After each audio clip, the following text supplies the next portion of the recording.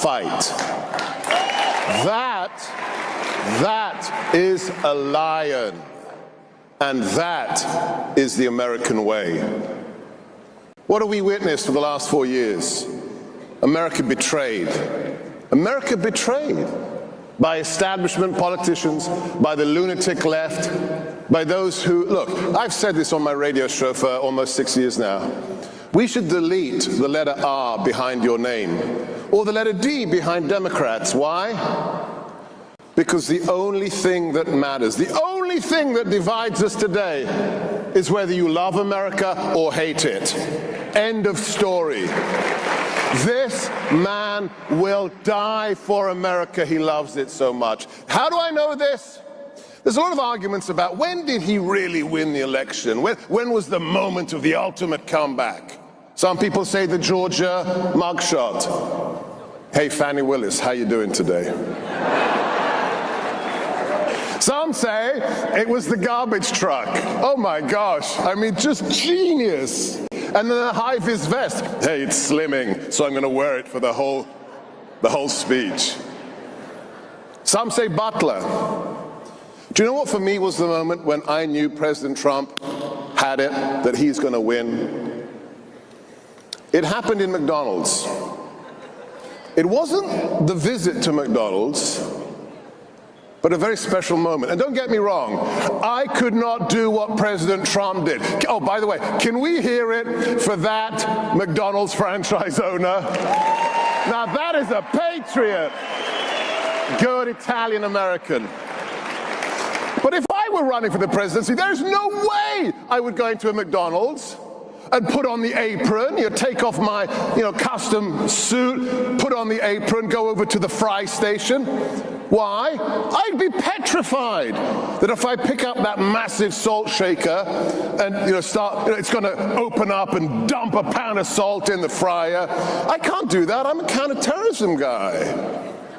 Jesse Waters called me the scariest guy on television.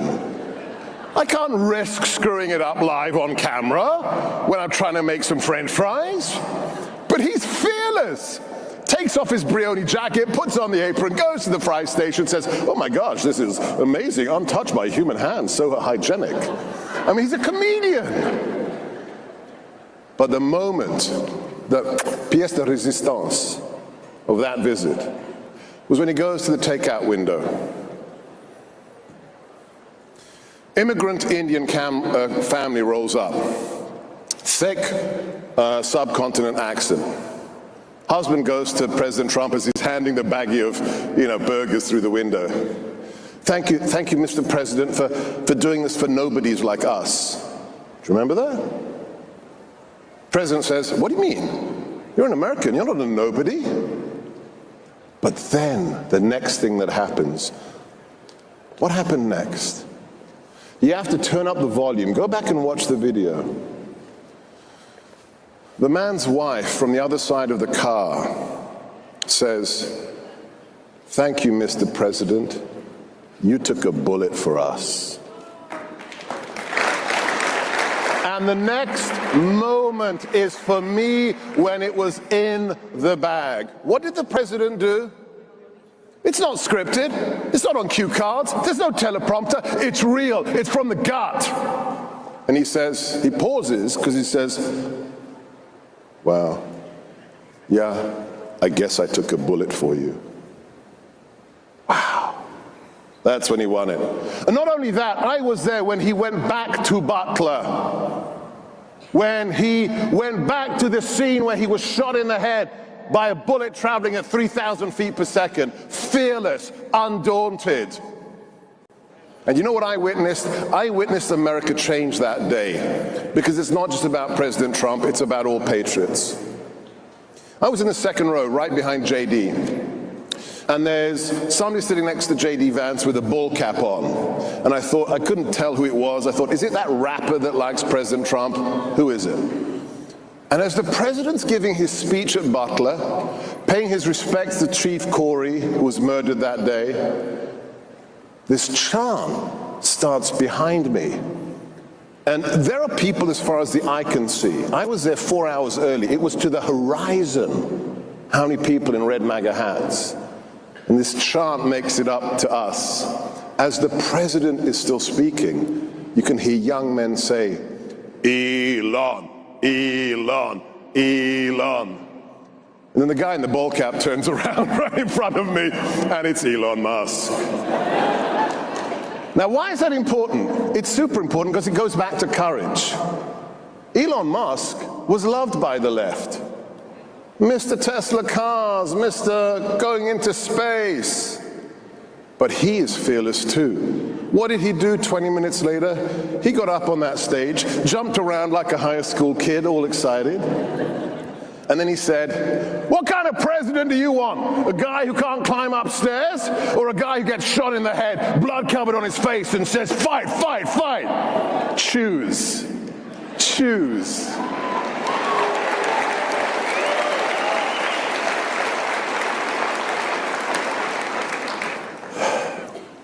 So, the brave men are back. America is back. Oh yeah, we're back, baby. I have one request to the good Lord for Christmas. Kamala, Joe, don't do anything for the next 30 days. Because then the adults will be in charge. But here's my message to you. You are here because you love America. You are here because you're patriots. But don't take anything for granted. Just because on January the 20th at 12:01 we're going to walk into the White House and take control doesn't mean that the left has surrendered. The likes of Mark Elias and the others who subverted our democracy 4 years ago, they are plotting right now to denude you of your civil rights, to censor you on social media. Think about it. We have people in prison right now who are there because they prayed inside the Capitol on January the 6th. Prayed. I'm the child of a political prisoner who escaped in the revolution of 1956. I never thought we'd have political prisoners in America. We do, and they must be freed. So, redouble your efforts. Get ready to politically fight, fight, fight. Because we don't have 4 years, we have 2 years until the election. We have to save America, and we have to save America. Why? Because without it, Judeo-Christian civilization is gone. It's that simple. They hate our civilization, and we must save it. Okay. I've been told, and this is my favorite part, that I'm allowed to take questions. Would anyone like to ask me questions before I become a government employee again? Because now I've got a little bit of freedom of speech. In 30 days' time, it's going to be a little harder. Over here, gentleman, red hat. Thank you. Yeah. Are you just for Q&A? What position am I taking? I'm Deputy Assistant to the President. That's my rank. Senior Director for Counterterrorism in the National Security Council. Thank you. Thank you for being here. My name is Rick Love. My question is, I often hear, even from conservative platforms, that we are, well, I hear that our, sorry. Question! This feedback. Come on. Democracy versus constitutional republic. Yeah. We're always referred to as a democracy. Yeah. Why not constitutional republic? What is the difference for all of us? And, okay, thank you. A democracy, mob rule. The mob can decide to put the minority in prison. That's why we are a constitutional republic. Next question, over here. Thank you for taking my question. It's a premise, and I'd like to ask if you agree with it or disagree with it. The attempted assassination of Donald Trump was a conspiracy disguised as incompetence, in my opinion. It was just too incompetent. Okay, thank you. I have no evidence that it was a conspiracy. The most charitable thing you can say about it, it was failure by design. Failure by design, but we will get to the bottom of it. Kash Patel, Pam Bondi, oh, and Dan Bongino, get off your radio mic and take over the Secret Service. Next. Thank you. My name is Mike Carey. I'm a precinct committeeman up in Prescott Valley, and I also was a ballot chaser. My main question is, now that we are about ready to take over this country again, are we going to get rid of the CCP? Because they have... You can't get rid of the CCP unless you want war with China, okay? China is the primary peer competitor to the United States. The good news is President Trump understands that, and with the likes of Peter Navarro back in the White House, we will finally take it seriously again. But, you know, we're not going to start war with China, but we will protect our interests. Thank you. Question. This will be the last question as well. Hi, I'm Susan. I lost my voice yesterday, but I want to ask you, what is one of your favorite memories of Trump? Wow, favorite memories of Trump. In the first minute, it's the proudest moment of my career to date. Every 6 months we had to decide what to do with the Iran deal, Obama's, abortion of an Iran deal. And it was time to decide, and the president called me and Steve Bannon into the Oval Office. And he had the whole cabinet there, the whole cabinet. And he called us his heavies. And he said, all right, my heavies, you tell these guys why we have to kill the Iran deal. And we told him. He knew why, but we told him, and then he killed it. That was my proudest moment. God bless you all. Merry Christmas!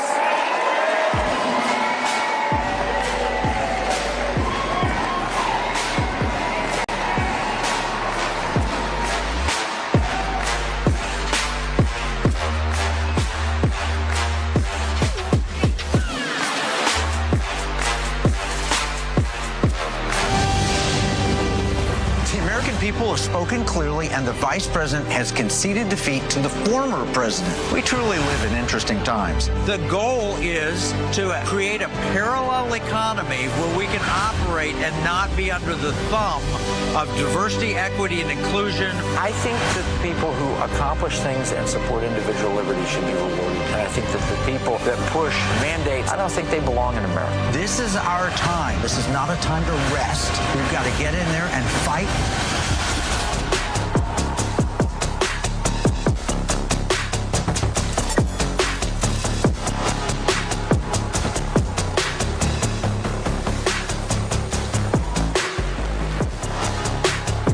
Wow. What an amazing opportunity to follow Seb Gorka and be here with you in Phoenix. I'm going to give you a 5-minute, in 5 minutes, I'm going to give you a 90-minute talk that explains the monetary system and what we ought to do to make money great again in America. 5 points. Number one, our debt path is unsustainable. You already know this, but the Fed knows it too. Fed Chairman Powell says we're on an unsustainable fiscal path. You know what? I wrote a book called Pirate Money. I wrote it a year and a half ago. We had $32 trillion in debt. We have $36 trillion now. $4 trillion added in the last year and a half. That's unsustainable. Number two, you know other nations, the BRICS nations, they want to destroy the American dollar. You know, can we blame them? Even Elon Musk says if we weaponize our currency enough times, other countries will stop using it. Number three, we have inflation, and inflation creates a wealth gap that hurts the poor and will lead to destabilization. Why do we have inflation? Money printing. Listen to the Fed chair. Simply flooded the system with money.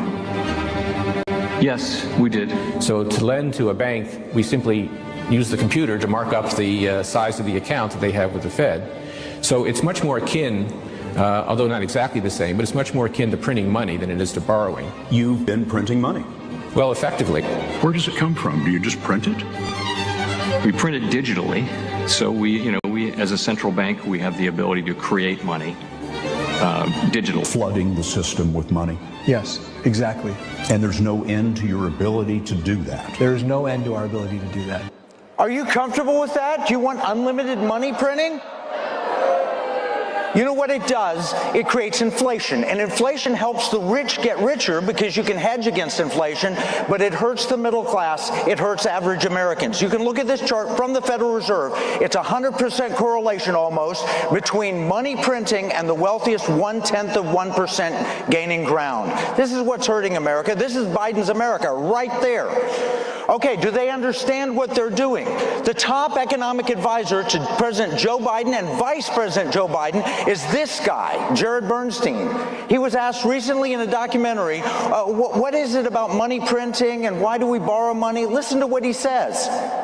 Some of this stuff gets, some of the language that some of the language and concepts are just confusing. I mean, the government definitely prints money, and it definitely lends that money, which is why the government definitely prints money, and then it lends that money by selling bonds. Is that what they do? They sell bonds. Yeah, they sell bonds, right? Because they sell bonds and people buy the bonds and lend them the money. Yeah, so a lot of times, at least to my ear with MMT, the language and the concepts can be kind of unnecessarily confusing, but there is no question that the government prints money and then it uses that money to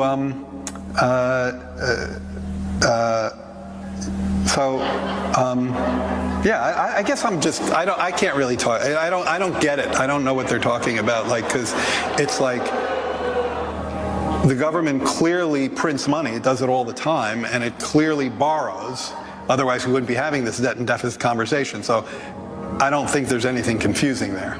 No, nothing confusing there. All right, number 4, you've heard of central bank digital currency, right?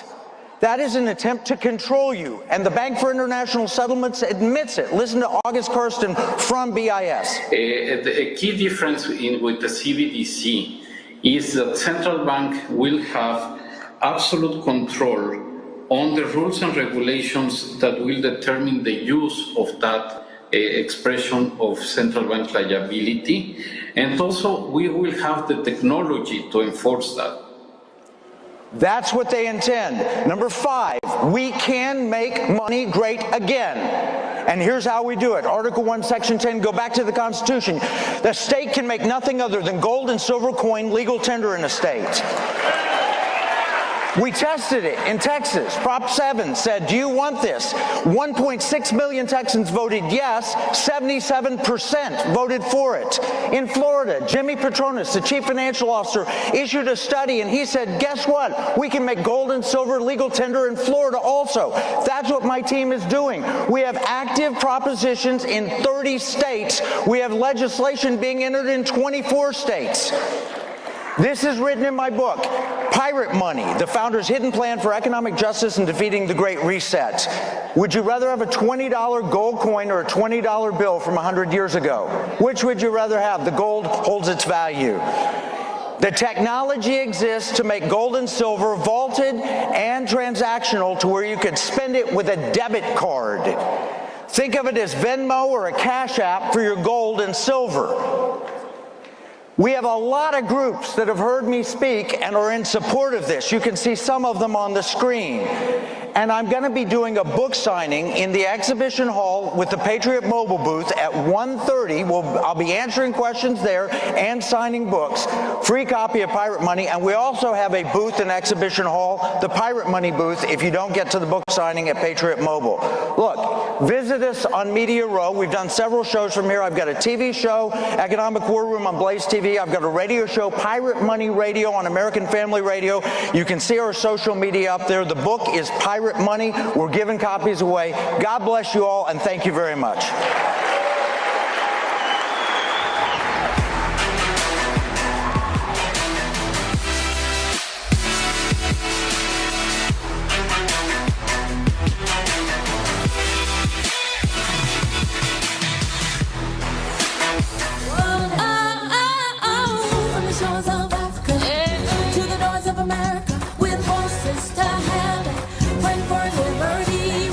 Freedom, freedom, freedom.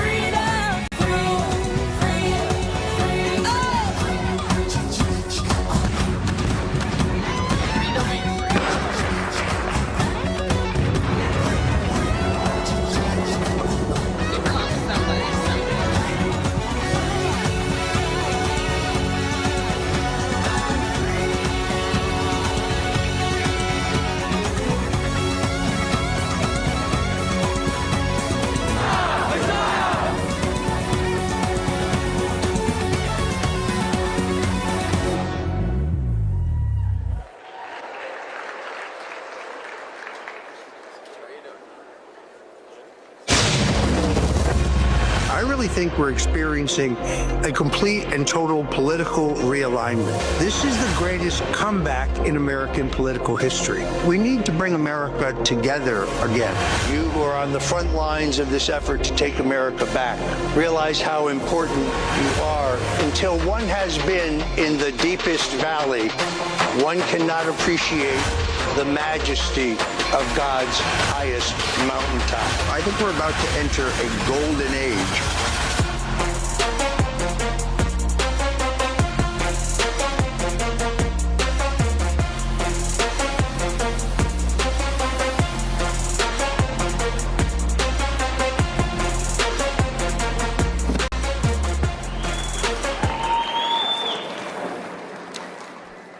Thank you.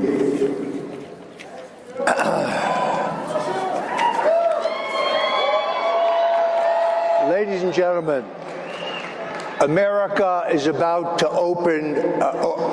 America is about to enter a golden age. It is the age of Trump. It is an age of unprecedented peace, prosperity, security, and justice. This is a testimony to the persistence, to the resilience, to the stamina, to the strength, to the stubbornness, and I mean that in a positive sense, of the greatest president since Abraham Lincoln, Donald J. Trump. It is also a testimony to the hard work of the greatest grassroots political operation ever put together in the history of the nation, driven by men like Charlie Kirk and Scott Pressler, and yes, my friend Cliff Maloney. Donald Trump has staged the greatest single political comeback in American history.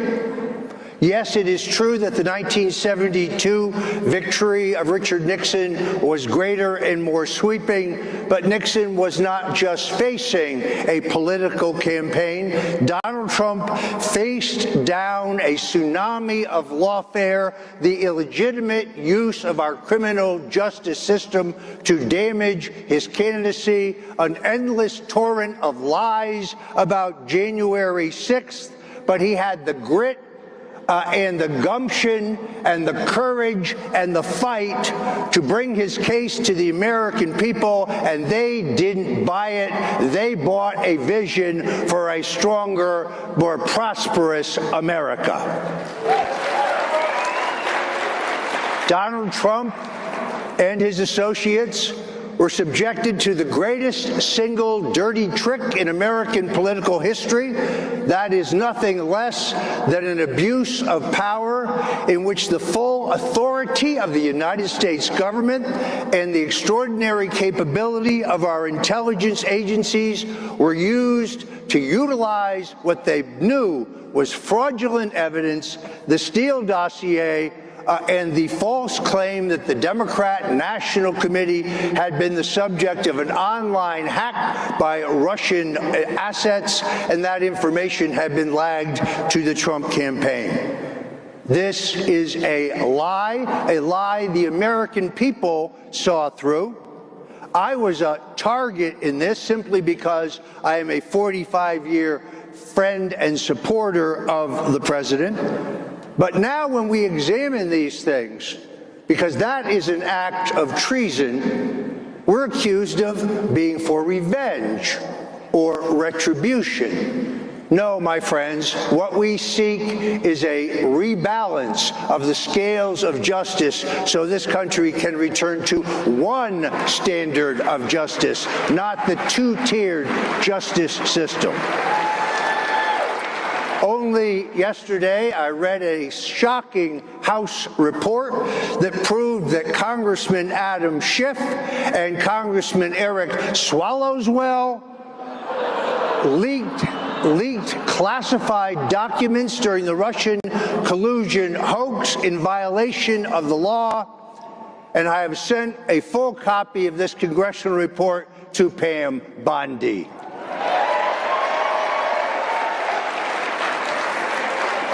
If it's Schiff, flush it.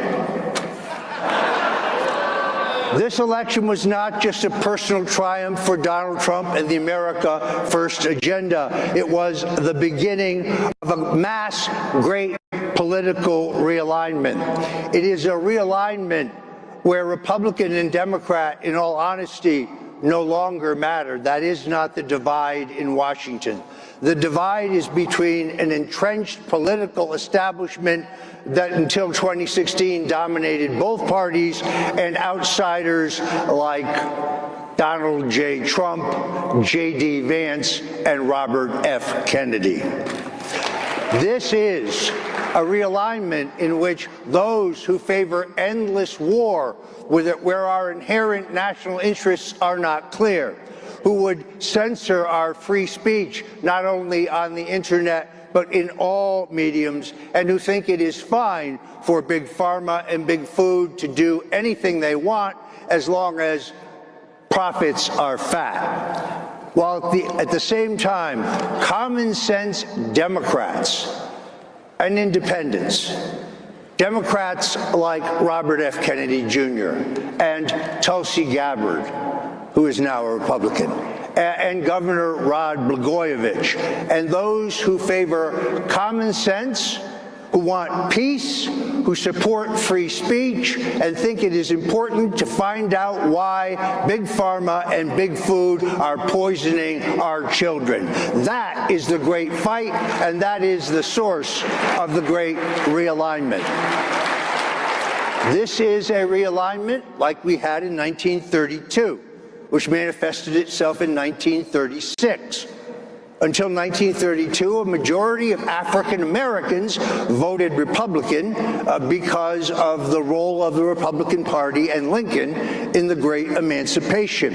But by 1936, most African Americans were voting for Democrats, and that put the Democrats into a new realignment, which kept them in the White House from 1932 until 1952. Then I would say this is also very much like the realignment of 1968. That is a realignment in which white Southern Democrats and blue-collar ethnic Catholics in the Northeast and the Midwest elected Richard Nixon, although in a three-way race, but eventually a realignment that manifests itself in the election of one of our greatest presidents, Ronald Reagan. Now, liberals and academics have sought to denigrate the presidency of Ronald Reagan, but he was among our greatest presidents. He returned us to the policy of peace through strength. That is the same policy as one of our greatest presidents, Dwight Eisenhower. This is the policy adopted by Donald Trump.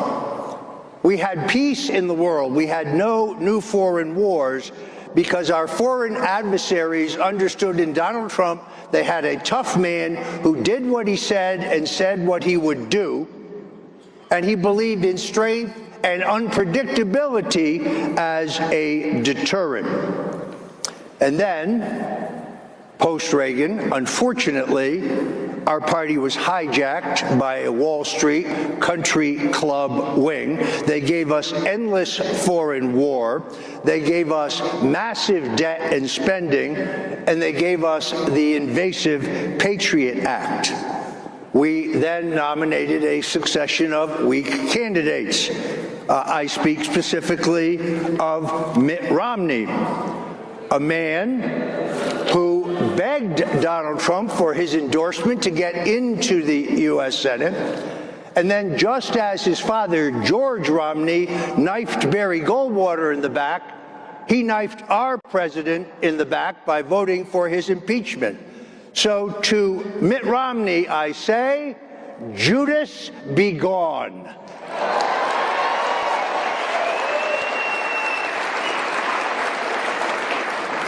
In 2017, Donald Trump came to the White House from the world of business.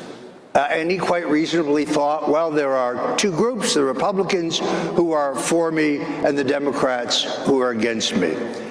He learned in his first term that there was a permanent political establishment and that many Republicans sought his removal and destruction from the moment he came down that golden escalator.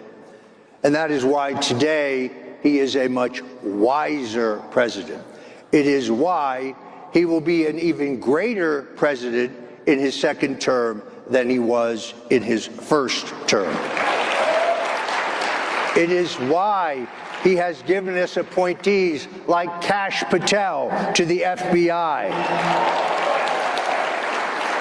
It is why he has given us nominees like Pam Bondi to be Attorney General of the United States. It is why he has given us, yes, nominations of four-term Democrat Congresswoman, Lieutenant Colonel in the U.S. Army Reserve, and true American patriot Tulsi Gabbard.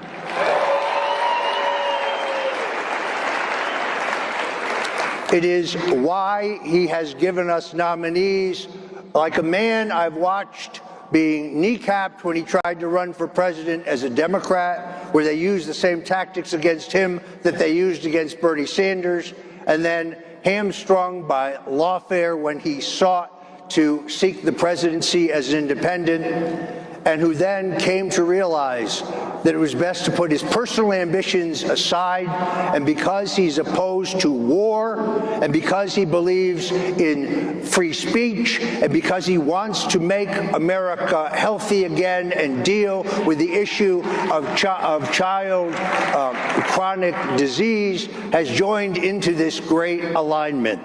This is a new team of reform. But let's be clear, because we saw it this past week regarding the continuing resolution in the Congress pertaining to our financing. Our problem today are not the socialist, screwball, Marxist Democrats. Our problem today are the weak-kneed, gutless, feckless, lily-livered, white wine swilling, brie cheese eating establishment Republicans who have neither the guts nor the balls to fight for America.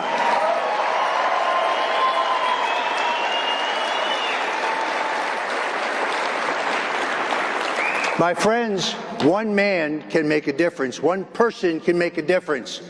I point out to you today with us a man who had never been in politics. He was an entrepreneur, a businessman, concerned about creating jobs. But then he put a sign on the roof of his factory in New Amsterdam, New York, that said, "Vote for Trump." It was the largest sign in the United States to say so. And the Democrat mayor of Amsterdam, New York, sought to put him in jail for exercising his First Amendment right. He is now awake and in the fight. I refer to Anthony Constantino, who is now seeking the seat that will be vacated by Elise Stefanik, another one of President Donald Trump's greatest appointments. Anthony, stand up.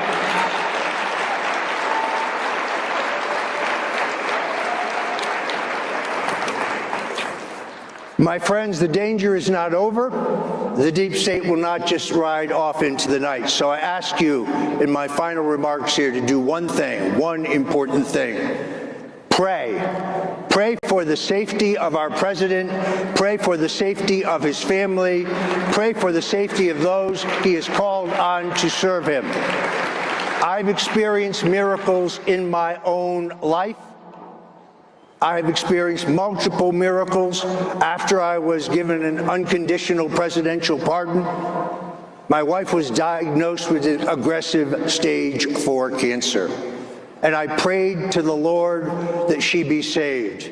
And I'm happy to tell you today, thanks to the healing power of Jesus Christ, she is 3.5 years cancer-free.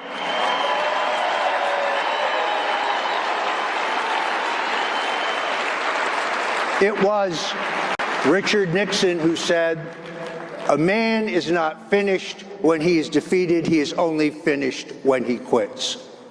My friends, he also said, the greatness comes not when things go always good for you, but when you suffer some defeats, some setbacks, you take some knocks. Because only until one has been in the deepest valley can one appreciate the highest mountaintop.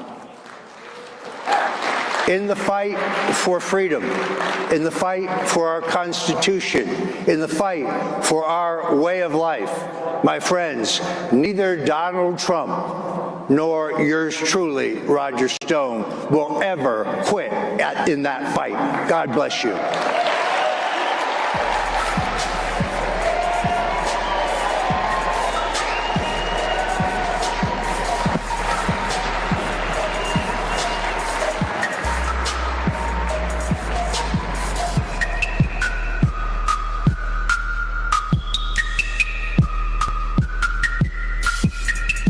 You're supporting Kamala Harris? No. Not too sure about that. Why? Okay, so right now because she's not Trump. Can you tell me her greatest accomplishment? No, I can't. Can you tell me a single accomplishment? I cannot. I want to leave. What is Kamala Harris's greatest accomplishment?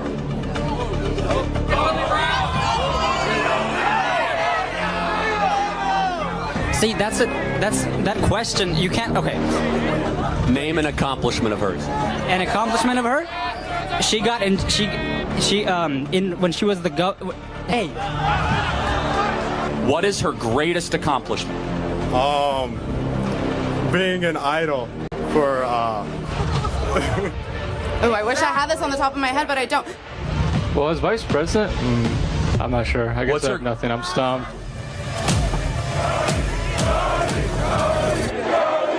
We cannot heal our country until we defeat the Democrat Party this November. My number one mission is make Donald Trump go back into the White House in November. Why should I vote for Trump? Can you kind of give me your point of view of why I should vote for Trump? I am thinking of voting for Harris, but I am open to be proven otherwise. Could you please explain why under a Trump presidency would be more beneficial to me than a Harris presidency? I want to try to win you over as a liberal for Donald Trump. Why should I vote for Trump? There's no guesswork in this election. We know the type of president that Trump was and that he will be. There are three things I want you to think about when voting for Trump. Home ownership, border, war. Three objective things. People remember the Trump years better because they were better. Kamala Harris will destroy this country, bring us closer to World War III, allow 30 million illegal people into the country, and bring us to a Great Depression. Donald Trump will restore the American dream for your generation. When I decide, just in case, can I have a hat? You can have a hat. So which way are you leaning? Can I get a hat? That's a good answer. I think you've convinced me, so thank you for that. God bless you. So, yeah, that would end up leaning me towards the Republican Party despite myself being a liberal. How are you leaning this election? Well, after what you said, Trump. Let's go! I'm talking to voters of this country that will determine the future of Western civilization. That's what I'm doing here today. We gotta win. We're gonna make America great.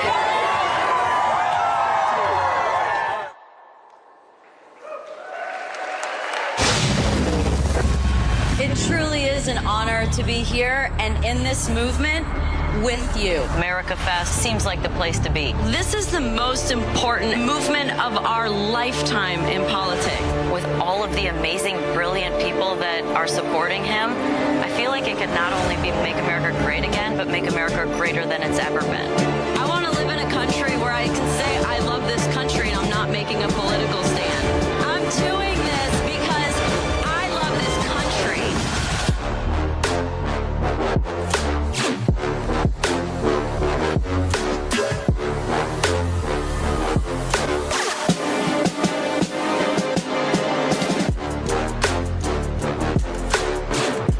Hello, everybody. How are you doing? Aren't these just the greatest events? So this is the 1-year anniversary to the exact day that I came to my first political event, right here at AmFest, sat right over there, and I can't believe I went from being in the audience for my first political event to now being on the main stage. It's kind of wild. And it was a lot of fun. Did you guys have fun the last year? Yeah? This is definitely a celebration time for us. But look, I grew up driving race cars. I'm now able to tell my dad, you were right all along. Steak, potatoes, Fox News.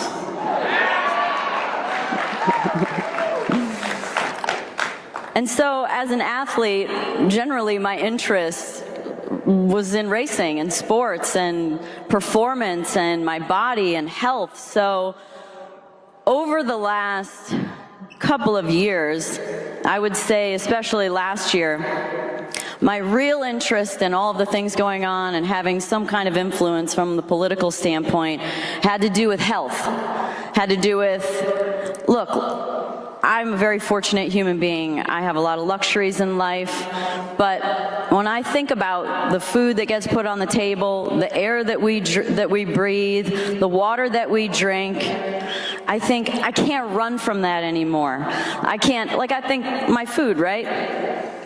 Plant a garden.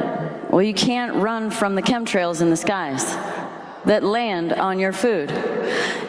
How about the fact that they're putting vaccines in food like lettuce and tomatoes?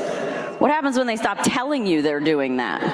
So these are the things that I got very passionate about. And then here comes December of last year, and we just heard someone mention how important one person can be in making a difference. Last night, I saw a sweet lady named Kelsey, who was the one that sent me a direct message on behalf of Turning Point to come to the event, which was paired then with my sister saying, hey, have you guys seen all those, have you seen the great speakers that are in town to speak at AmFest? And I was like, hang on a second. I got a DM from them. So I reached out and saw her last night, and I said, and she was like blown away. She was like, one person, it's amazing what can make a difference. And you'll hear how wild this story is and where I ended up in the end of this whole last year, which is such a crazy experience that was so memorable. But it started with just one person reaching out and making a difference. And can we just stop for a second and give a hand to Charlie Kirk and the amazing people that he has to organize it, as well as Charlie himself, such a driven human being. Hard to believe he's 31 years old. That just, you know, is so impressive. I'm gonna say it makes me feel bad, but it's so impressive what he's been able to build. So anyway, thank you so much, Charlie, and thank you to all these people, and thank you to Kelsey for reaching out to me, because it brought me here last year. So exactly 1 year ago today, I sat in this audience at my first political event and stayed. One of the most impactful speakers, as I'm sure that you guys would probably agree, was Tucker. Yeah. Were you guys here last night? Yeah. Isn't that so fun when he gets so riled up? He's like, man, I'm just getting started up here. And I think he's telling the truth. I really think that he gets brought up by all the energy, which is something that I'm going to mention about in my whole story, and hopefully it will inspire your own. But Tucker talked about truth. And that truth is your superpower. And I really, really believe that. But I believe even more than that. I think truth carries a frequency. I think that when you speak your truth, people can feel that. We're like living in this time where we don't know what's true and what's not. Do we believe the propaganda movies? Do we believe the news? I mean, thank God for Donald Trump for telling us that there was fake news out there. Do we believe the drug companies? Do we believe in our doctors? Do we believe in any of this stuff? And the only way that you can ever really get to the point of knowing what's true is that we as human beings start turning inward and start feeling what is being said and how that lands in the body. Like, let me give you an example. Like, I always have silly examples for how I learn these things. So music, you know, you hear a song and it just hits, right? And it hits for decades. It's like you can feel it. And I feel like there's a frequency in the truth of the song being sung and the person that wrote it and the emotion that they felt, and it's landing with you. So I think that also happens with vulnerability. I think vulnerability also lands in that frequency range of truth. And, you know, I think the best definition of vulnerability is where someone is not sure they're ready to say it, but they do, right? Because you know you need to. So I think that for me, all this political stuff was like, oh, how's this gonna go? It's true. Say it. So my sister and I came to the event. I posted some pictures after the event, and I said something along the lines of, you know, America Fest, Am Fest, I love this country, seems like the place to be. And the backlash was just wildly shocking to me. Don't you guys find it amazing that you can say, I love this country, and it means you're Republican? That you can wear an American flag, and it means you're Republican? Why aren't these things American? And the work isn't done until that's true. Look, I've lived in other countries, and America is amazing. I lived in England for 3 years while I was racing and came back and immediately got an American flag tattoo on my back.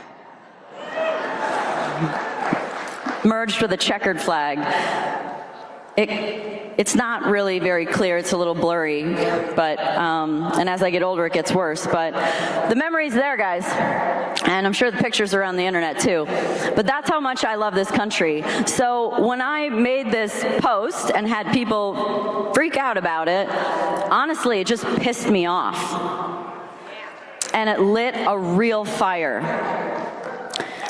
which then led to one of the funnest years I've ever had. So Tucker, I said I loved his speech. He spoke about truth. Well, I met him backstage finally, and that quickly led to me going and doing his podcast in Florida a few weeks later. That then led to me coming back and Charlie reaching out and saying, hey, I'd love for you to come on the show. So then I went on Charlie's show, and then I made another post and I was like, I guess I'm into politics. So another thing that I think is really true about what happens when you tell the truth is it accelerates your path. Like, what's meant for you also gives you energy. So the path lights up for you, and then it also, because you're in alignment, it gives you energy. You know, think about all the things that you do that you love doing. You lose track of time, you lose track of hunger, maybe I don't, but some people probably do. But you lose track of everything because you get self-sustaining energy. So now I'm going to tell you about where that proved to be so true. So one of the other people that I met as a result of AmFest was Tulsi Gabbard. She spoke, and I reached out, right? Isn't she just a badass? Proud to call her a friend now. I reached out afterwards and I just sent her a DM and I just said, wow, you're so impressive, I'm so cheering for you. And she said right away back she was a fan. So we became friends, I interviewed her, and then fast forward a few more months, she invited me to moderate for her and Bobby in Las Vegas at a Reclaim America tour stop. I've never moderated anything. So I was like, okay. Because look, there is a very, very fine line that's almost indistinguishable. Maybe there isn't one between fear and excitement. Like take a roller coaster, for instance. Is that exciting or is that scary? Right? So I was a little scared to do it, but I also was excited to do it. So I never let fear win in those moments. And it was actually after my racing career that I realized that it's in those really challenging moments where I have to like push myself that I actually come alive.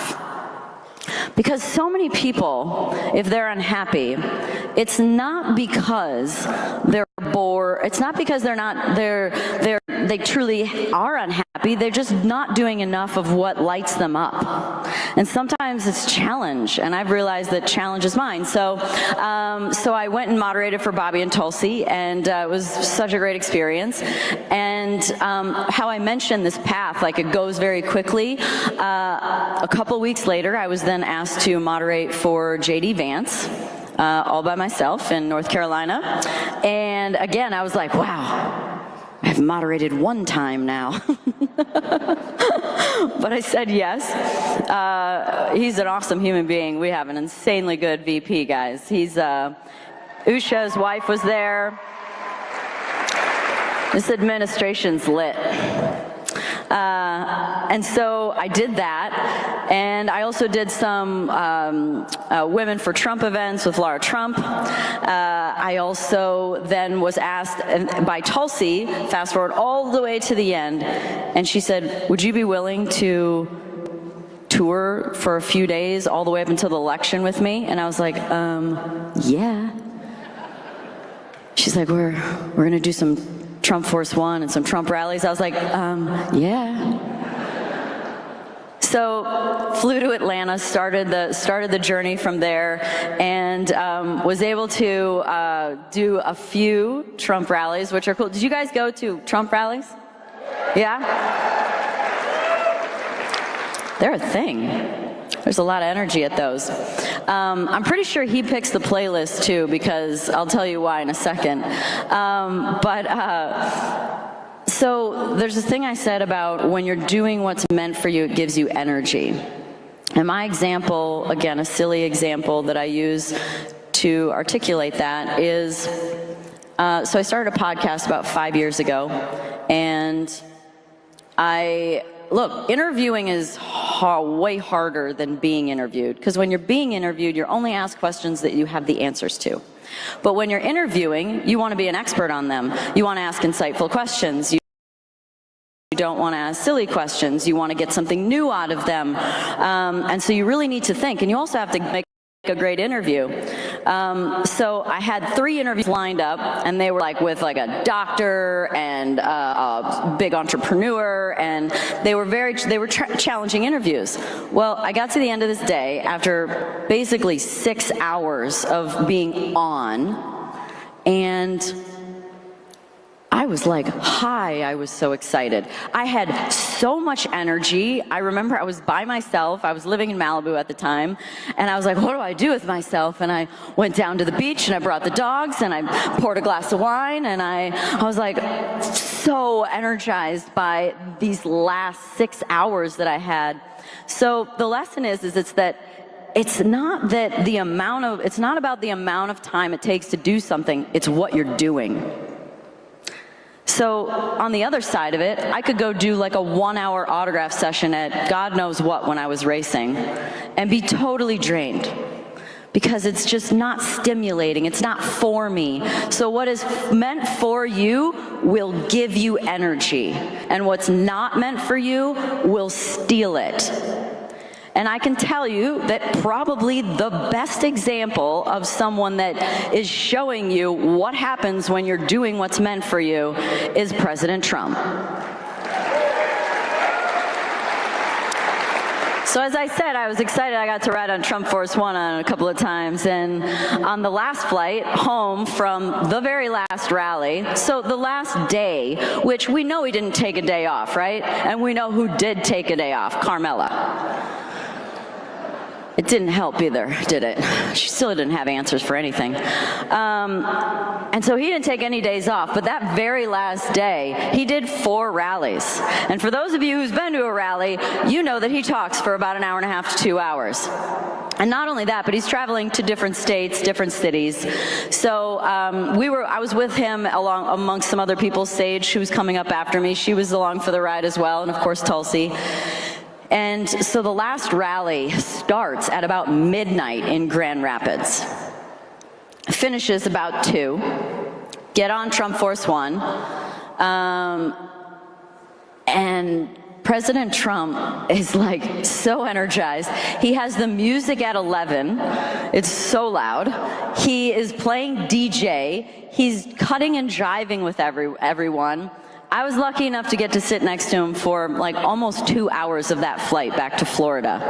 And you know, there's one, I did say the fear and excitement thing. There was one story that I'm not sure that I played it right. So we're sitting on the plane and there's some conversation about my handshake. I have a good handshake. My dad always taught me to shake like you mean it from when I was a young kid in racing. In fact, a lot of articles about me started off with like, oh, Danica, wow, Danica Patrick, race car driver, but her handshake almost broke my hand.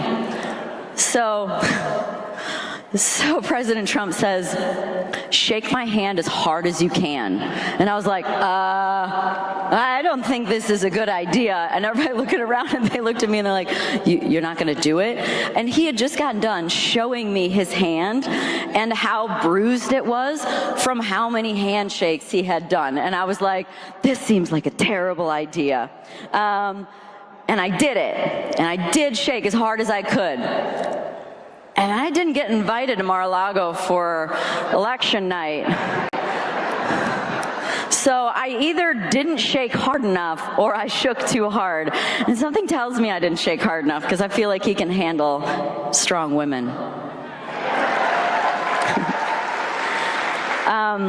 So anyway, we land at 5:45 in the morning. Everybody's exhausted. He's still going, and I think the legend has it he stayed up for about 3 days. So, look, he has insane amounts of energy, and it's true. I didn't see him drink any water. He did, however, say, "Hey, there's this special drink, ginger drink. Do you want one?" And I was like, "Sure." So they brought ginger ale out. So I guess he's stay fueled on ginger ale. But he has this insane energy and insane like humor. And look, it's truly clear that he is doing what is meant for him. And it makes me so excited for these next 4 years. And look, I think if we play it right, this could be 12. Probably with the help of Charlie Kirk, because he seems to really have his hands. I think he's been in Florida since until about this event started. So I'm excited about Bobby and Tulsi and disclosures and food improving, medical improving. There's just so many things that I think are going to improve, and I think we are truly entering the golden age. And I'm what a time to be alive. Like, I actually said that when COVID happened. I was like, what a time to be alive. The amount of stuff that we've seen and the amount of exposure that we've seen has landed where we are. And I think we've heard a few talk about it. But if you would have been elected that second time right away, we wouldn't be having the scenario that we have now, where we're going to get so many things done. Very exciting. I know I'm going on and I need to wrap up. One thing I want to say is how important I believe that it is that there's a push for this, but family. I'm where I am today because my mom, my dad, my sister, and the nuclear family is something that's been, they've tried to tear apart over the last good few years, and we're not having it. Right? We're not having it, where rights are taken away from parents, from children that that should not be making those decisions.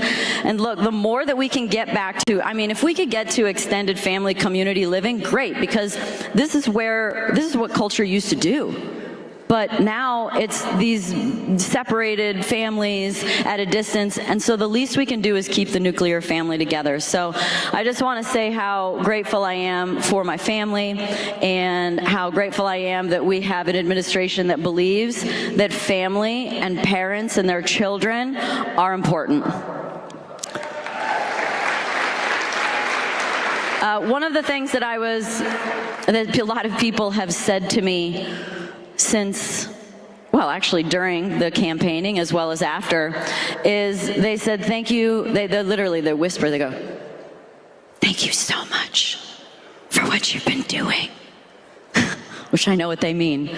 And my reply is, of course, thank you, but they tell me how brave I've been. And I'm not gonna lie, I don't feel brave.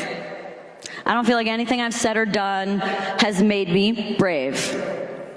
All I did was believe in something enough. And that's all you have to do, is believe in something enough. So don't forget that your truth leads to your calling, and your calling leads to the energy that gets brought up within you so that you can go ahead and make an impact. And then that impact that you make becomes your legacy. Thank you.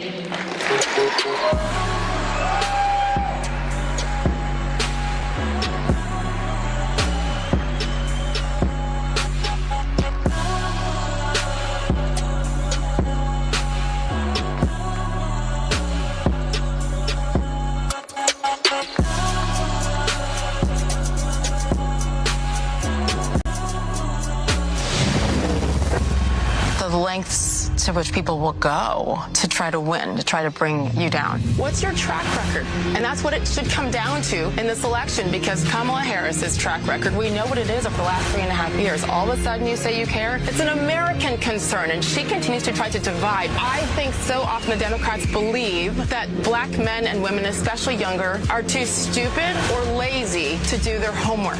I couldn't do it. I was physically ill thinking about not practicing what I preach. Right.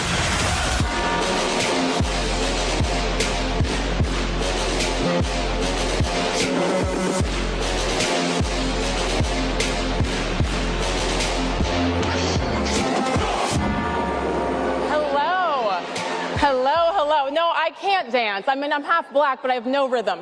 I'm sorry. I'm not going to start dancing, and then it'll go on the, okay? That was funny, right? It's okay. It's okay. How is everybody? Oh my gosh, I can't tell you. I am so excited and, number one, honored to be here. So, we'll talk later. Stop. That's twice from you. Okay, the timer's going. And no, I had 20, not 17 minutes. I'm going to take it. Okay, guys, such an honor, and I'm starting with a question for you. Not one that you necessarily have to answer out loud unless you want to, but what is your biggest fear? Yes, that too. Communism counts.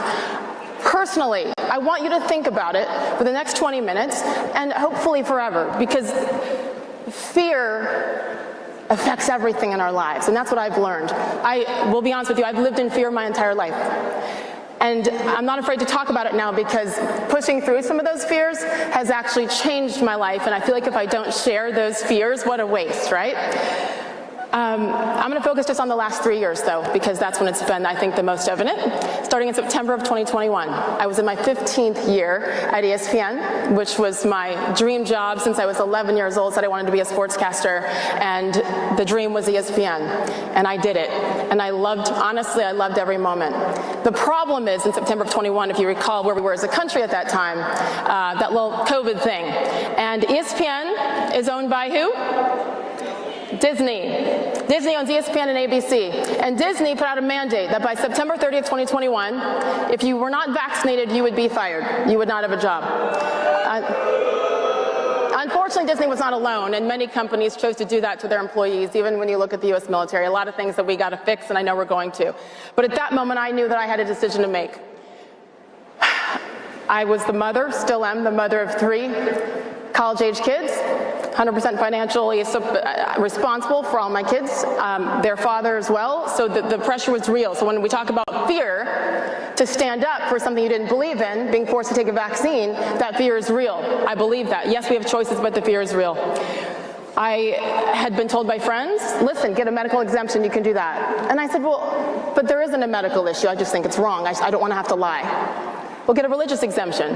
Okay, fine, I have a very strong faith, but it has nothing to do with my religion. This is just wrong to force me to do something to my body that I am not comfortable with, period. That's all there is to it. I like the my body, my choice when it's convenient for them, correct? Yeah, it's cute. So, unfortunately, that is a decision that I had to make, and thought about it and prayed about it and knew I couldn't lie, and knew that I needed a job that I needed and a job that I loved. So I made an appointment at the grocery store to go get a shot because I needed to keep my job. And I prayed about it the entire time when I sat in that parking lot before I went in, disgusted with myself because I felt like I was caving in. But I felt like I had no choice. They gave us no choice.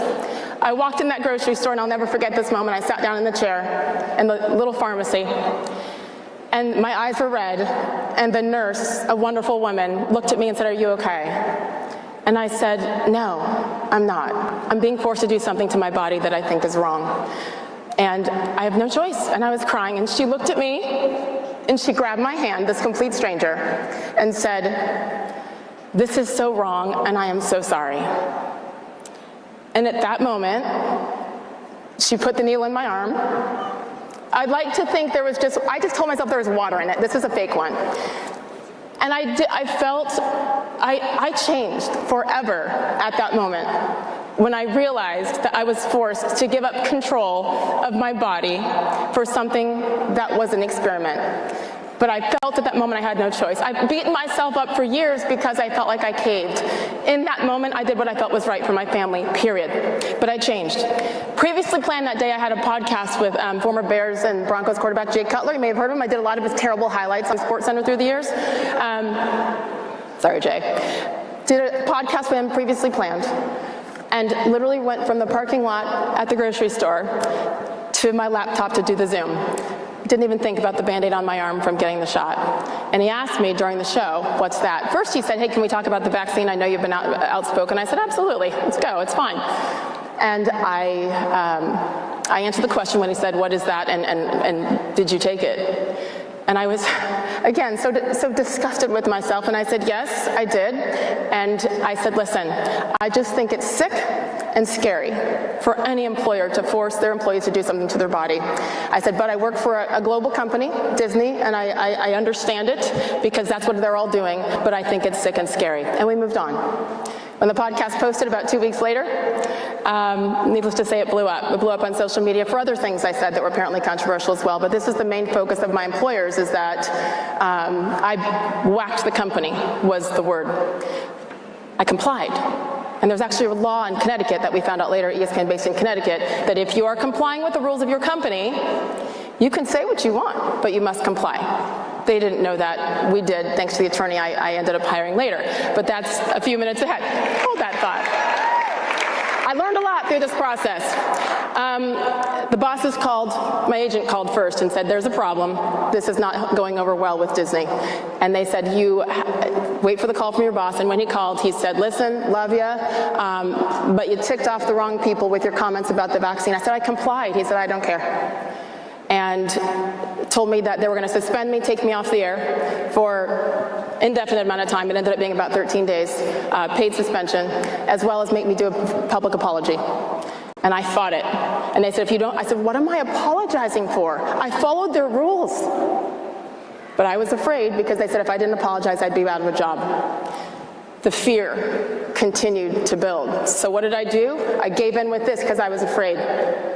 I gave the public apology because I was afraid they'd take my job because they said that they would. While I was suspended, it was the definition of canceled by everybody in the media, even people that were friends, I use that in air quotes now. And it was definitely the darkest time of my life. And then I got really sick with COVID, of course. To the point where for 8 days I was alone in my home. My kids had gone to their father's house. I was alone and couldn't be around anybody. And my heart was jumping out of my chest for 24 straight hours. It was, my heart would not stop going crazy. And I thought, this is because of the vax. And so I got up and I went to take a shower after 3 days and to take myself to the hospital. When I stood up, I fell over. I couldn't move. I had nothing, no energy, no food, nothing. And I realized that if I fell over again and hit my head, that no one would find me. So I'm canceled, I'm sick. Actually, they told me I wouldn't get sick if I did that, and I had nothing. Eventually, I was allowed to go back to work. I was told that my peers were upset with me, that they didn't want to be teammates with me, they didn't want to work with me. Some said it publicly. And so my bosses instilled more fear, and I listened to it, and I thought, wait, I've been the best teammate. I've done everything you've asked for 15 years at the highest level, while being a mother, while doing all these things, and you're threatening me and saying my teammates don't want to work with me? It just kept building, and I didn't know what to do.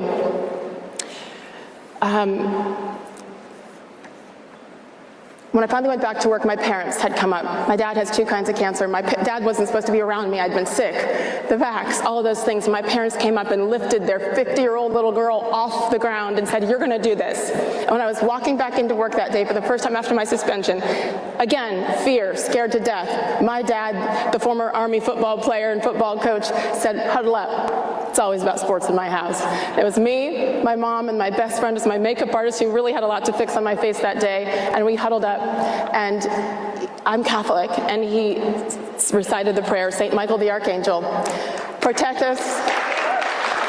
This prayer I'll never forget. Part of it says, protect us from the wickedness and snares of the devil. And it hit me so hard that day, and every single day from that moment in October of 2021 when I was allowed back to work to the day I left ESPN in August of 2023, I would drive to work, I'd call my mom and dad, we'd say that prayer. And at least for the next 2 hours in that building, doing the job that I loved, I felt like I had a protective bubble around myself. It felt so good because I knew it was bigger than me. God was going to protect me during that moment. So the fear began to dissipate slowly but surely. The problem is during that time, I witnessed my peers saying whatever they wanted about Roe versus Wade being overturned and how devastated they were, and they talked about the women's right to abortion on an NBA show. And then we talked about the alleged Don't Say Gay bill in the state of Florida on football shows. And we gave moments of silence during women's college basketball tournaments for what was allegedly happening in Florida, which we all know those words were never even in any of those laws in the state of Florida, but they didn't want to do their homework, didn't want to be journalists and do their homework. Instead, they spread fear. And I saw that my friends, my peers at ESPN, on airwaves were talking about stuff that had nothing to do with sports. I was on an off day, giving my opinion on a vaccine that I took that you made me take. I complied, and I'm suspended and punished, and you're taking all my assignments away. I was the host of the Rose Parade in Pasadena, the New York City Marathon, things I worked my life for. I was ready to move on. Just don't take my assignments and allow my peers to do exactly what you told me I couldn't do. I needed consistency. That's all we need. I have 3 kids. Consistency. They might not like your rules, but be consistent, and my bosses were inconsistent. It'd been years of this, and I called an attorney. My dear friend Chris Harrison, the former host of The Bachelor, he is the one that saw what was happening. He was canceled. He was brought down. Our attorney, Brian Friedman, saved Chris. Brian Friedman also, Megyn Kelly's attorney, who came to Megyn Kelly's rescue when NBC did what they did to her. And look at Megyn Kelly right now, the most powerful journalist on the planet with Tucker Carlson and Charlie Kirk. Look at what she's done. And he said, young lady, you've been wronged. And this is going to be big. This is going to be scary. More fear, more fear. Take it on Disney. This is truly David versus Goliath, and it was. They could bleed me dry in 5 minutes financially. And they tried. But I knew that I was done being told to be fearful. Done being told to not be me when everybody else was allowed to be. My daughter's high school in Connecticut, the little girl. She was a girl one day, a boy the next, and the cat on Thursday. We're okay with that. But I can't be a conservative. I can't have opinions. While following your rules, I'm done. So my attorney, we got the lawsuit ready to sue the company that I loved, my childhood dream. The night before the lawsuit dropped, I went to each one of my kids separately. One was a freshman in college, the other 2 were in high school, and I said, guys, this is what's happening tomorrow. I want to apologize because I know that this affects you. Through the years, every time I said something that made some people mad, they'd go after my kids. And they threatened to rape my daughters on social media. They wished me death. The level that people go to just because you have a different opinion is disgusting, and I will never delete those comments because we need to remember what people are about at times and call them out. But I want to apologize to my children for what was about to come. And each one took it differently, and I said, so when a coach or a teacher or anybody says something to you about your mother, which had happened in the past, number 1, tell them to come to me. Number 2, remind them what diversity of thought means, and that you might not agree with your mother, but she has that right, and if they have a problem again, Mama Bear will come out, I will cut you. Don't mess with my kids. So, my son, who's 20 now, he was 17, 18 at the time, my precious son between my 2 psycho daughters, I love them, they're crazy. And my son, I said, buddy, I'm so sorry, but I've got your back and I have to stand up. My son looked at me and he said, Mom, it's about time you stood up for yourself. So, at At that moment, I knew no matter what happened, no matter how much more money I lost, no matter what was said about me, about my company and my peers and the media and strangers, that I was already going to win. Because this whole time, my kids have been watching me what? Shrink and get smaller and live in fear to try to protect them. That was the reason. But what was I teaching them to do? The opposite of what I was preaching them. So I knew at that moment I was going to be okay no matter the result. 3 weeks later, I was back to work, right? I'm doing my thing. I'm pretending like I'm not suing the company while I'm on their TV screen. And I was at the PGA Championship in Southern Hills, Tulsa, Oklahoma. Southern Hills, a beautiful club. And I had just gotten off the air with my favorite co-host, Matt Berry. And we were walking the course. And I was way, way, way in the left fairway. I've been to many golf courses, covered 7 Masters. I know how to be on a golf course. And the craziest thing in the world happened. Long story short, I turned from 280 yards away. We're following the best groups. Scotty Scheffler, pretty good golfer, Colin Morikawa, and John Rahm, the best golfers in the world. We wanted to follow that group. And as I stood behind a tree from 280 yards away, I've never felt or heard a sound like this. 150 miles an hour, the ball, direct shot onto my mouth. It hit my mouth so hard that it ricocheted back into the middle of the fairway. I was next to a tree. They thought it hit a tree, and then until they looked at me, and I had blood pouring out of my hands. I don't know how I didn't pass out. Most importantly, I don't know how I survived other than God, because hitting the ball in the face with a ball at 150 miles an hour, if it had been an inch higher, if I'd been looking at my phone for a second, then it takes out my orbital bone, my eye, my temple, I'm dead. So I only lost 8 teeth and had 3 root canals.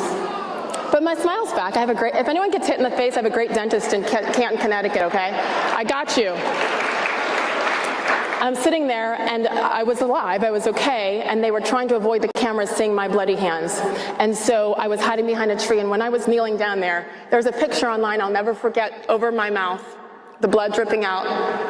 The voices that I heard, the darkest voices I'd ever heard in my life.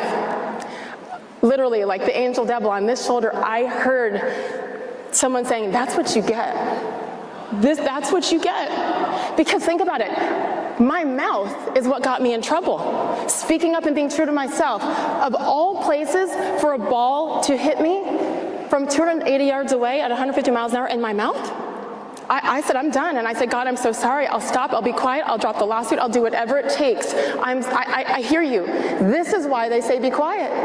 Like, I got it. And then I was on the stretcher and I went to the hospital. And then the other voice was like, okay, no, because you're still standing. You're alive right now for a reason. It took a while. But I believe in good and evil. If you believe in good, you got to believe in evil. And I believe that there was something evil and dark trying to penetrate me. When I was on the ground, I knew my peers, the liberal media, our friends, all the people that had crushed me and canceled me before were like, see, that's what she gets. And it actually happened. I was sent the articles. It actually happened. But that moment changed me, and I knew that I was absolutely here for a reason. Fast forward, I went back to work 20 days later, like an idiot, because I was afraid that my bosses and my peers would think I was milking it, even though I couldn't talk, and every time I did talk with my fake teeth, I was spitting on everybody. So fortunately, you can't feel that through the TV screen, but it was a disaster. I still did my hat. I wanted to prove I'm tough. I wanted to have nobody ask questions. And I just kept going, despite the advice from my attorney and everybody else to just stop, and it's okay. On August 14, 2023, my case against Disney settled. Out of court. I take that as a victory. The reason, this was a free speech. This was a First Amendment lawsuit. That's what this was. This wasn't about treating me wrong because I was a good employee for all those years.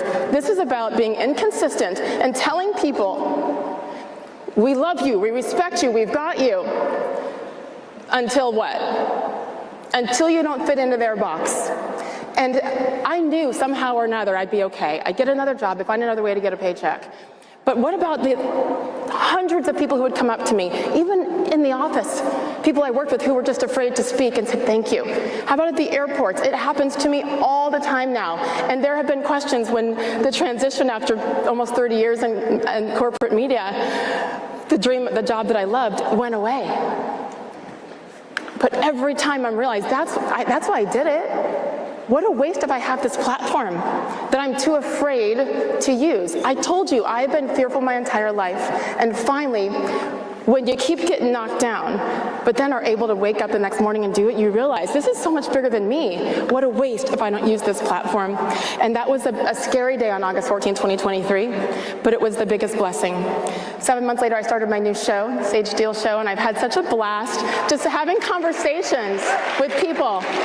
From Dana White, who's my dear friend, even if I call him the wrong name, my Dana White, to RFK Jr., to Nicole Shanahan, to Sharon Osbourne, to Ari Spears, to Mayim Bialik, who's super liberal, and she took a chance and came to talk to me anyway. We have conversations, God, isn't that what's been missing in our country for all these years? Conversations. I was afraid, though, too, to be too political, not give my opinions, because what happens then, right? Well, then you're going to be tagged as a right-wing nut job. And you know what? I noticed that every single time I gave my opinion, and those on my show did, controversial topics, Michael Rappaport, who was very far left and ended up voting for Donald Trump because of what the Biden administration did not do with Israel. Like, when you look at the facts, it's easy. And I realized that every time someone spoke up and gave our true opinion, the numbers, your views, your likes go up, because we're all desperate just for truth and just for people to be their authentic selves. Through my show, I got to interview Laura Trump. What a blessing. What a powerhouse of a woman. I mean, I'm obsessed with her, and I don't think that people truly understand the difference that she and Michael Whatley, as the RNC co-chairs, made in this country. They saved this country. They knew what was happening in the background. They knew what was happening in Georgia and in Pennsylvania and Arizona and all these places that were cheating and trying to do it again, just like 2020. And they knew, and they got out ahead of it, and they crushed it. And it was an honor to stand next to her with our sexy pink jackets on the campaign trail, etc. It was incredible. And then they called and said, do you want to come on the tour with us and put on those jackets and support and be a surrogate? And I said, hell yes, I do. After all the years of fear, I'm like, this is me. I have to, again, I'm telling my kids and other college kids that I speak to be true to themselves, that I'm too afraid. So when I posted that first picture with Danica in the pink jacket and with Laura, it was scary. And I got a lot of hate, a lot of blocking people on Instagram. But what happened? There was so much more positivity. And every time you push through that fear, what happens? It's a little easier the next time. That led to being asked to moderate a couple of panels, a couple of town halls with J.D. Vance in Reading, Pennsylvania, and then with Donald Trump in Lancaster, Pennsylvania. And I want to tell you that when I was on that stage with Donald Trump, I was like, what has happened to my life? Like, this is the most amazing thing and the biggest blessing. And I've talked to presidents before. I've done so many amazing interviews and on big stages, and that obviously was the biggest thing. And I will admit, one more fear. I'm on that stage in front of 5,000 strong in Lancaster and Pennsylvania. Thank you. You did an incredible job. Thank you, Pennsylvania. Thank you, Scotty Presler. Thank you to everybody who had that courage to go in that state and do what they did. And when I sat on that stage with Donald Trump, I thought, oh my goodness, this is the most vulnerable I've ever been in my life. This is a couple months after Butler, Pennsylvania. I look down, I see Secret Service everywhere, and I go, wow, this is scary. And then I look to my right, 2 feet to my right, and who's sitting there? You talk about fear. They tried to kill him more than once. They've tried to imprison him. And every single time, what did he do? He stood taller. He stood stronger. He pushed through. He's amazing, but he's human. You don't think there was some fear in there after what happened in Butler? After what happened on his own property in Florida? If that man's going to push through his fears, who am I to continue to be fearful to talk about my beliefs with our country and what we need? He's taking all the risks. He didn't have to do any of this. It would have been smarter, safer, cheaper for him to just stay on one of his many properties and on his golf courses and do his thing and be there for Kai, his beautiful young granddaughter. But he has chosen to do this because he cares, because he has pushed through his fears. You talk about being vilified and hated. It's a beautiful thing to watch. If Donald Trump can push through his fear and do this for us, what fears are we going to push through? So think about those fears that you have. It's okay, we all have them. I was scared to come up here, and I've done this 10,000 times. I'm still fearful, right? You're not going to be liked, it's not going to be enough. It's bigger than us. This man did this for us. I'm going to end on this because this is a prayer that saved me my entire life, that my dad had me and my brothers memorize as kids. My dad went to West Point, 23-year Army career, retired Army colonel. We had to salute doing room inspections every Saturday, no more of that. And this is what he taught us, part of the cadet prayer. Help me to choose the harder right instead of the easier wrong, and never to be content with a half-truth when the whole can be one. The harder right versus the easier wrong. It is easier to stay silent. It's easier to take the shot and comply. It's easier to just not have the conversation at the Thanksgiving dinner table. It's easier. What's the right thing? You can do it with kindness. You can be kind about it. Know your facts. But it's the right thing. And not just for ourselves, but for our children, and for our neighbors, and for people that you'll never meet. You have no idea. And I know just by being here, many of you had to push through a lot of fear and had to have tough conversations with family members and friends, and you probably lost friendships like I have and bosses. But you're here. And the beauty of pushing through is that then you realize you're also not alone. Danica mentioned it before, it's a family. This is an incredible family. What a blessing to be part of it, and I'm so proud of all of us for pushing through our fears and choosing the harder right instead of the easy wrong. And never again can we be content with a half-truth, because now we know that the whole truth can be one, because on November 5th, it was. God bless you.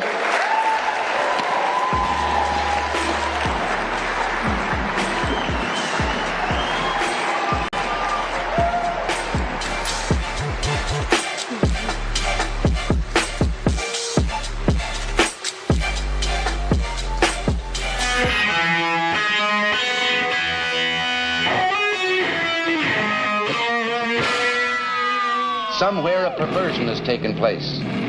Our natural unalienable rights are now considered to be a dispensation of government, and freedom has never been so fragile, so close to slipping from our grasp as it is at this moment. Freedom is never more than one generation away from extinction. It has to be fought for and defended by each generation. You and I have a rendezvous with destiny. We'll preserve for our children this, the last best hope of man on earth, or we'll sentence them to take the last step into 1,000 years of darkness. In this most critical time in our nation's history, now more than ever, Americans need to align with companies that support our constitutional rights and God-given freedoms. Patriot Mobile supports your values and provides exceptional 100% U.S.-based customer service. Join the movement today. Go to patriotmobile.com or call 972-PATRIOT.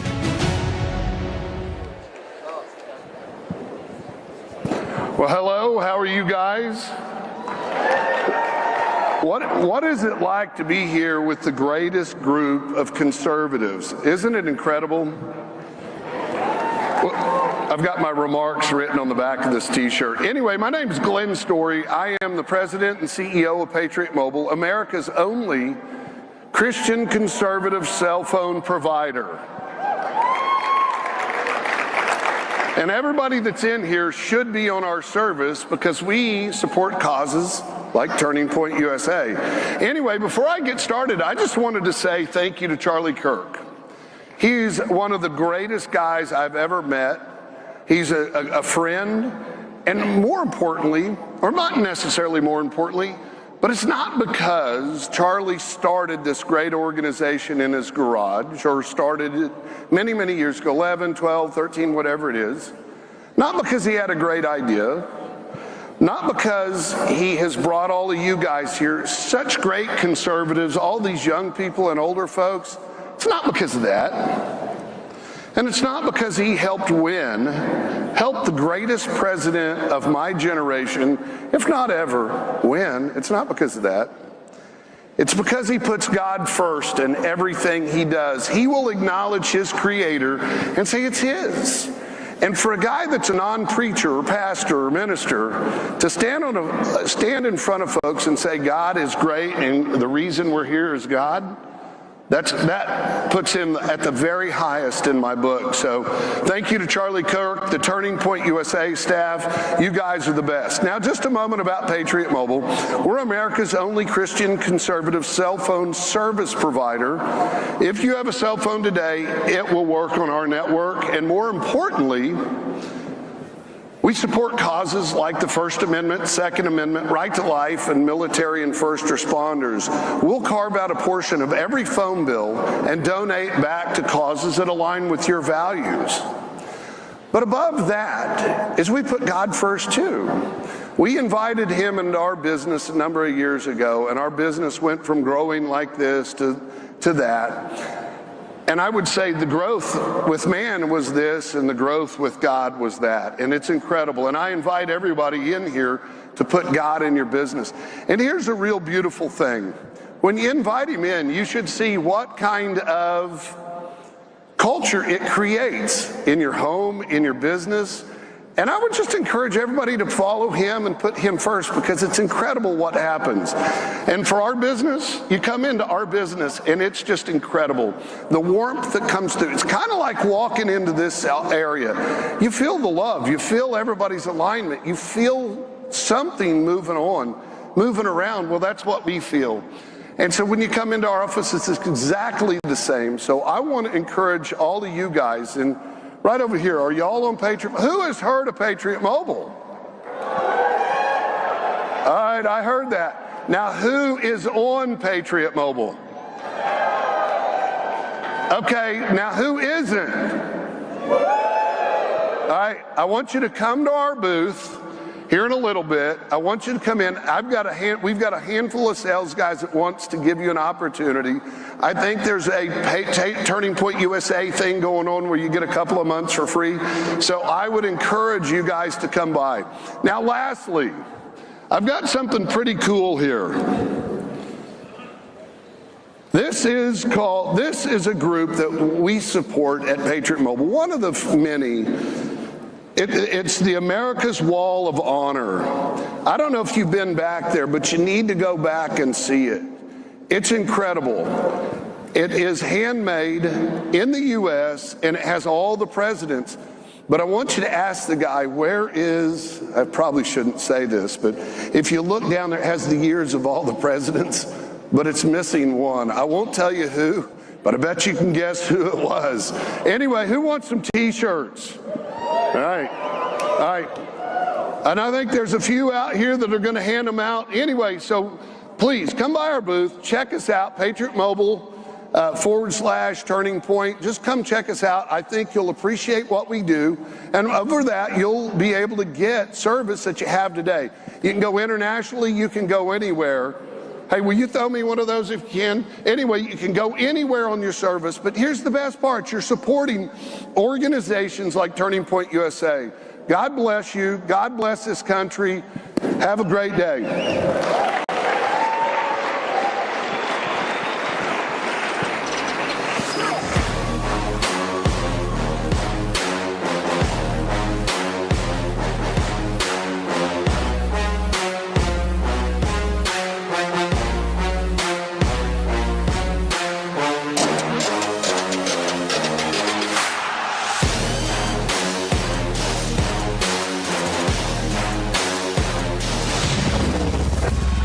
Corruption is now dictating most of the major functions of government. They don't have any structure for harmonizing or progressing the issues that citizens really care about because they don't need to. That pursuit of happiness and joy has been undermined the most. But how much of it do we have to get out there in order to actually see change? Because the American public just wants to move on. Like, the American public just wants a government that cares, literally cares about them.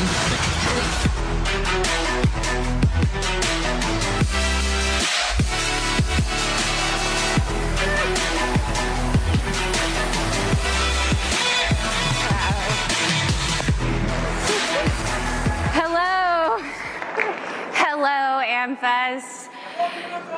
Love you guys too. Thank you for having, what an incredible event. Charlie Kirk, your brainchild is inspiring. This is really inspiring. So, I want to tell you about the first time I went to China.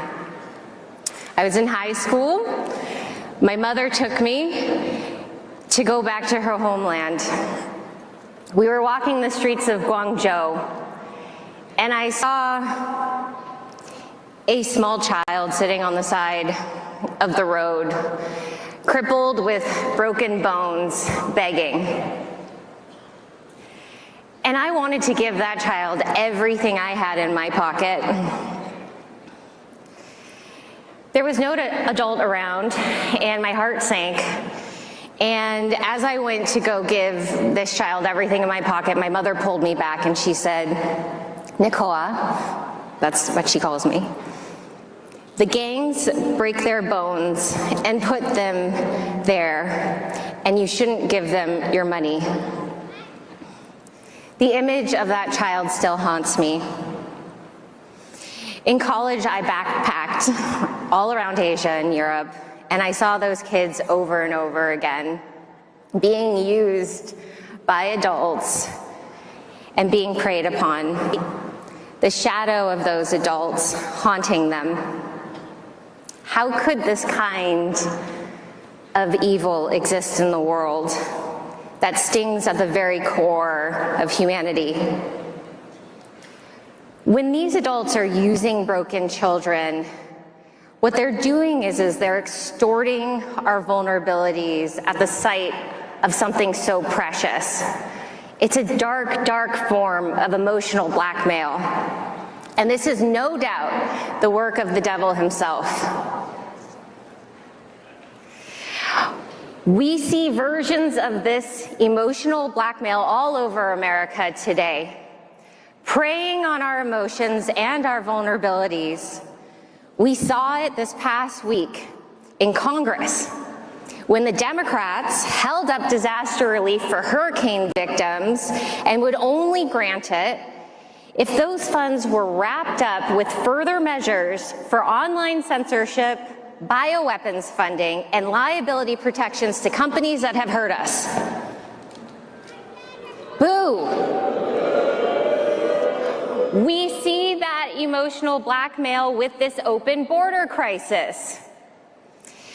They tell us that there are 400,000 missing children, but they say if we close the border, it's somehow inhumane? It's a ploy. It's a ploy to monetize our suffering. It's a ploy to monetize those being trafficked.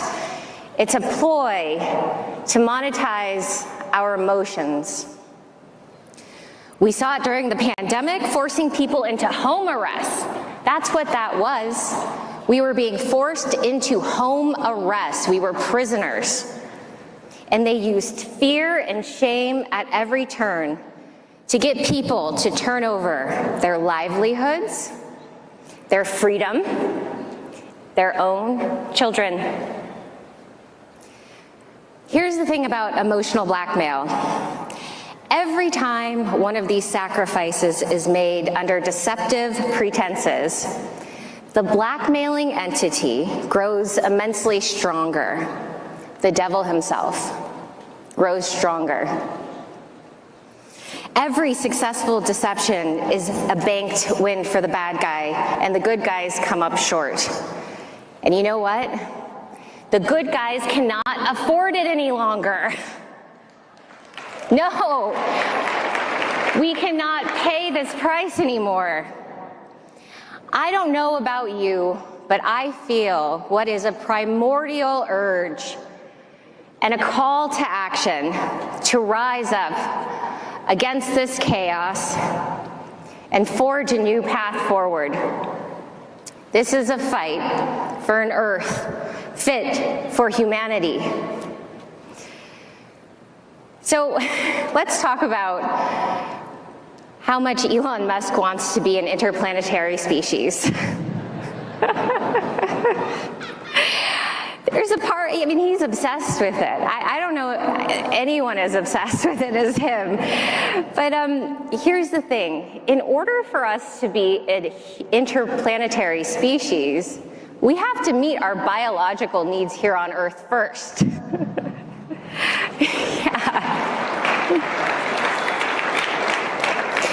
We won't be fully human for many more generations if we fail to change the way we treat human health, sciences, and technology.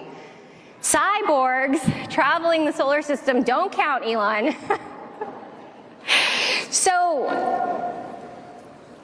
Here's a fact I want to share with you that is what drives me to this stage and drives me to travel this country and this world with this message. There's a biological fact that we can no longer ignore anymore. A species that is unable to reproduce naturally is on a path to extinction. This isn't an exaggeration. This is actually literally within the definition of extinction.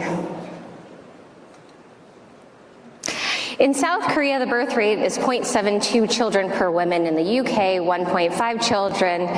In the United States, we hit a historic low of 1.6 births per woman. This is below the replacement level. That means a path towards extinction. The fertility crisis is hand in hand with a surge in chronic illness. The United States, $15,000 per person a year in healthcare expenses, and yet we're 49th in life expectancy. Doesn't reconcile. Where is that money going? If you ever felt the United States is a proxy for a much larger battle for the soul of humanity, you are correct. The fight is being fought here on our soil. We Americans, those who love our American existence because we love our freedom, are the ones who must win this battle for all of humanity. Yes.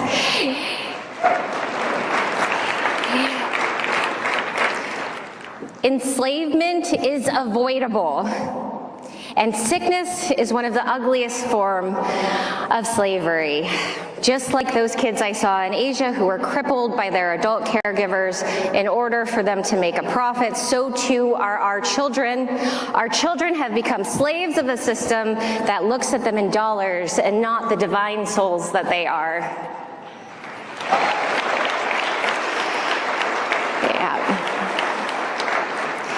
To the young people here, you are very inspiring. You call yourselves conservatives, but I have a different name for you. You are the conservators of the human race, because I know you hear this calling. People called me a conspiracy theorist for pointing out that the electric field we inhabit on Earth is being polluted through the use of unmitigated wireless products. They said, "You're a tinfoil hatter." Well, but here's the truth. This is a real truth, and I'm from Silicon Valley, so I'm filling you in on a secret. These technologies can be made safe, but big tech is in bed with big pharma. They can be made safe. We are an electrochemical species, and we are indeed short-circuiting at a cellular level. Young people falling over on stage, which we are seeing time and time again on social media, video after video of a newscaster or a young person literally speaking on stage and falling over. This is not normal. It's not normal. There's something biological happening. We are being polluted both electrically and chemically on a daily basis. So I'm not going to call out all the other things that we need to pay attention to, because we have Maha people in the room who will do that for you.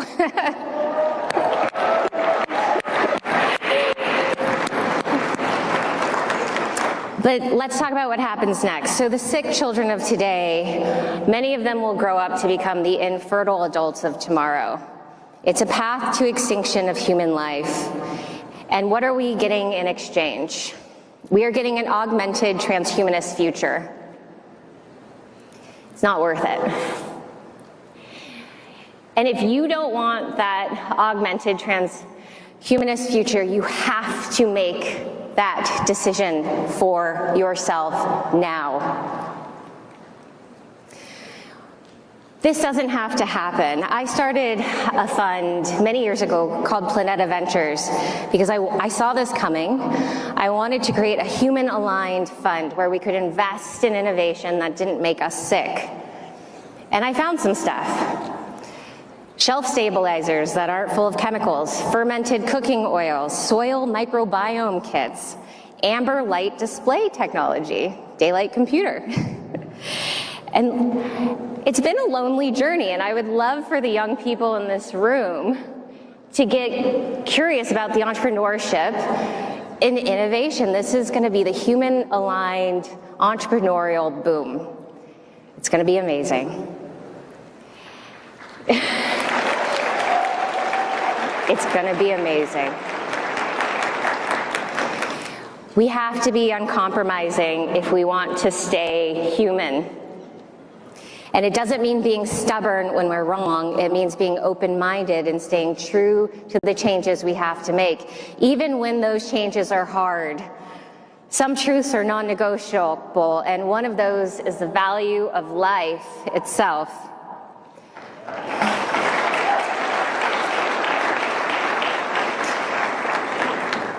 Just as Jesus Christ did when he walked this earth, we have to value the human condition. And I've learned this past year what the word faith means. It means keeping your heart open beyond that sting of nihilism and finding everlasting love in the plight for human existence, no matter how hard or dark the circumstances.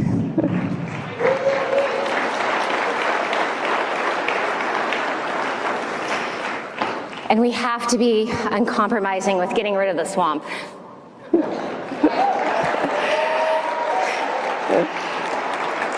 When we make too many trades with the swamp, and Congress is in the middle of this issue right now, we become the swamp. Worse yet, we burn through the faith of people who worked hard thinking they were going to get virtuous leadership. Dr. Ron Paul is the oldest,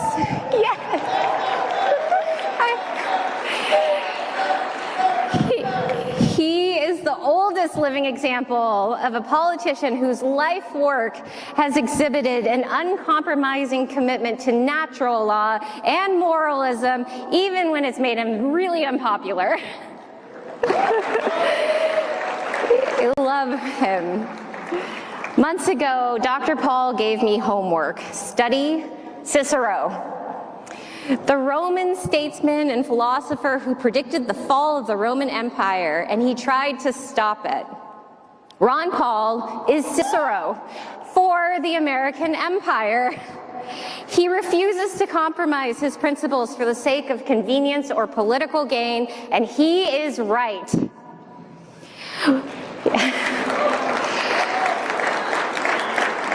When we sacrifice the essence of what it means to live as a healthy, thriving country in the name of convenience or so-called progress, we risk losing everything that truly matters. So I will adjourn now with a proposal. Let's try to go to the stars, but maybe let's make America healthy again first.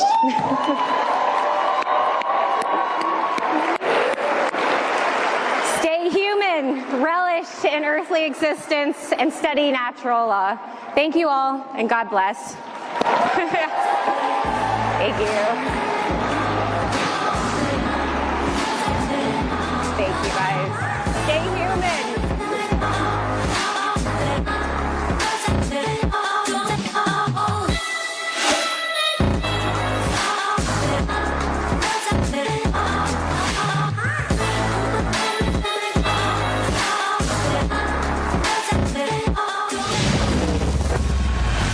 Is not showing you how things actually are. They make it so painful to tell the truth, to do the right thing. I wanted to make a film that shocked people into being awake about what is happening in this country. I think the paragon of investigative journalism is now on the shoulders of the citizens. And you're going to see this citizen army expanding into every school board, every state house. If they're lying or scamming, they might just be the next